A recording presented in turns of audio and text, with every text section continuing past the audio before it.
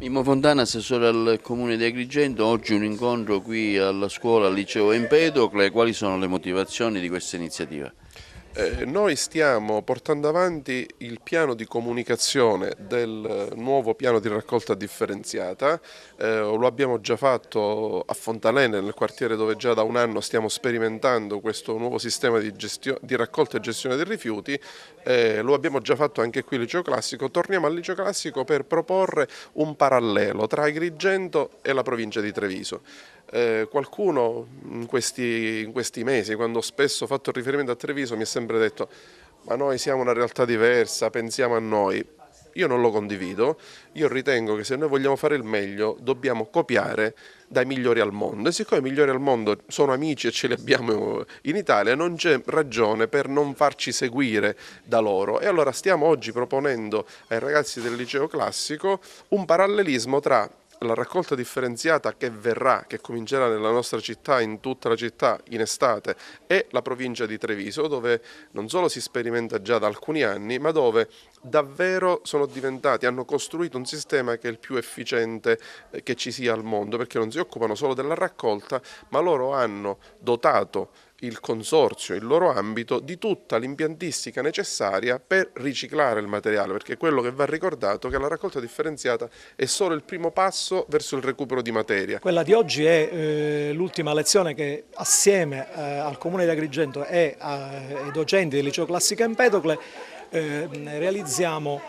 presso questo istituto antico per coinvolgere gli studenti nel processo di raccolta differenziata porta a porta che inizierà a breve. Quindi si chiude un periodo storico antico che è quello della raccolta dei rifiuti di tipo indifferenziato e seppelliti in discarica, e si apre un nuovo periodo dei rifiuti di raccolta porta a porta che verranno avviati al recupero e al riciclo. Quindi l'umido avrà il suo percorso, sarà portato in impianti di compostaggio, da lì recupereremo il cosiddetto compost, così come il cartone, la carta, che potranno ridiventare nuovamente carta e cartone, così come la plastica e gli altri alluminio, vetro, eccetera. Quindi sono momenti importanti che stiamo attraversando in provincia di Agrigento, e ringraziamo il Liceo Classico Empedocle che ha avuto questa sensibilità, il professore Mallia, la preside, perché sono concetti importanti per abituare i ragazzi a questa nuova mentalità del recupero dei rifiuti. L'iniziativa di oggi, questo incontro per presentare sia da parte del lato GESA che da parte dell'assessorato appunto all'ambiente del Comune di Agrigento la raccolta differenziata che ad Agrigento sarà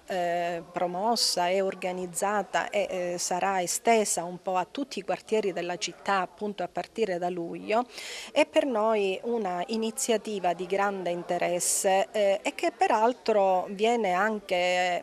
proposta ai ragazzi non in maniera estemporanea ed occasionale, perché in questo caso specifico conclude un percorso sistematico che è stato svolto da una nostra classe liceale in occasione quest'anno dei progetti di alternanza scuola-lavoro, perché una classe per via di una convenzione che la scuola ha stipulato con lato GESA ha svolto un percorso di alternanza lavoro di 66 ore,